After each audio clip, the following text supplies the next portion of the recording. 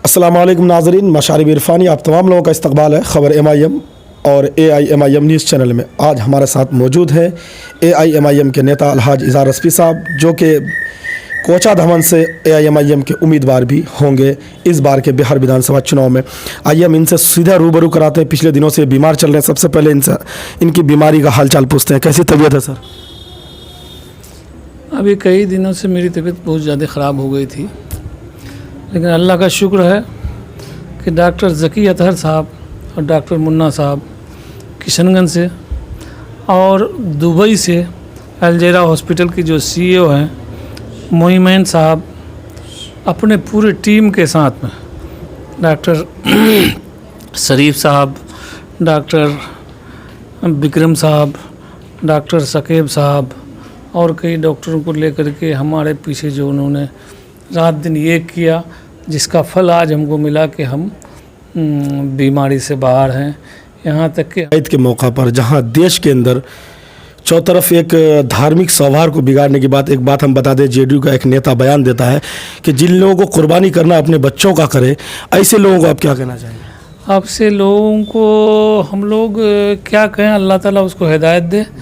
दूसरी बात ये है कि जिन्होंने ये बात कहा है कि अपने बच्चों का कुर्बानी दे, उसको ये पता नहीं है कि मुसलमान धर्म में जो हमारे हजरत इस्माइल अलैहिस्सलाम को जो ज़बह किया गया था वो बेटा ही था, लेकिन अल्लाह ताला को ये कुर्बानी पसंद आ गई और उसके गर्दन पर जो छुरी चली वो छुरी बोधा हो गया और उसको कहा कि तुम इसको छोड़ दो और उसको निकाल लिया और उसके सामने में एक जानवर कर दिया ला करके कि तुम इस जानवर को कुर्बानी कर दो। आज तक हम लोग उसी परंपरा पर चलते हैं।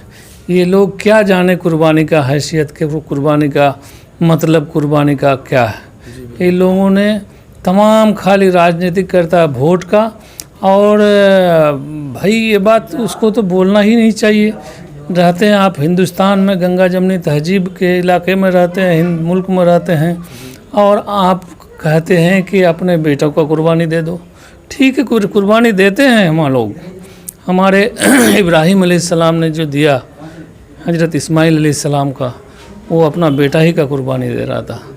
इस बात से पूरे देश को जो चलाने के लिए अपने आप पर जिम्मेदारी लिए हैं हमारे प्रधानमंत्री और जो है जिम्मेदार लोग हैं, उन लोगों को इस बेलगाम आदमी पर लगाम लगाना चाहिए। हिंदुस्तान जैसा कानून को बरकरार रखने के लिए, हिंदुस्तान जैसा गंगा जमनी तहजीब को चलाने के लिए इन लोगों को बहुत कड़ा से कड़ा सज़ा मिलनी चाहिए इन लोगों को। तो सर, कुर्बानी के मौका में MIM परिवार की तरफ से आप क्या मैसेज देंगे?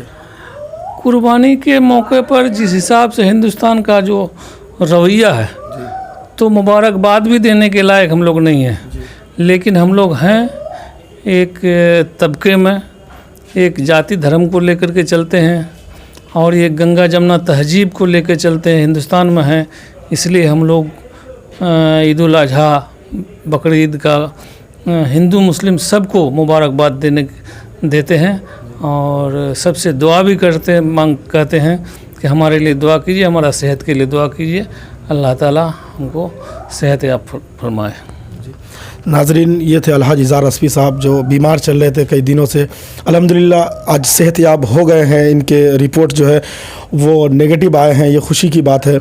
नाजरीन, ये आप पिछले दिनों से लगातार देख रहे हैं कि मजलिस इत्तेहादुल मुस्लिमीन के लिए जो कड़ी मेहनत ये कर रहे हैं, ये काबिल तारीफ़ और तहसीन है, लायक तहसीन है। लगातार मजलिस इत्तेहादुल मुस्लिमीन को मजबूत करने में कहीं ना कहीं अलहाज इज़हार रज़वी साहब का हाथ है।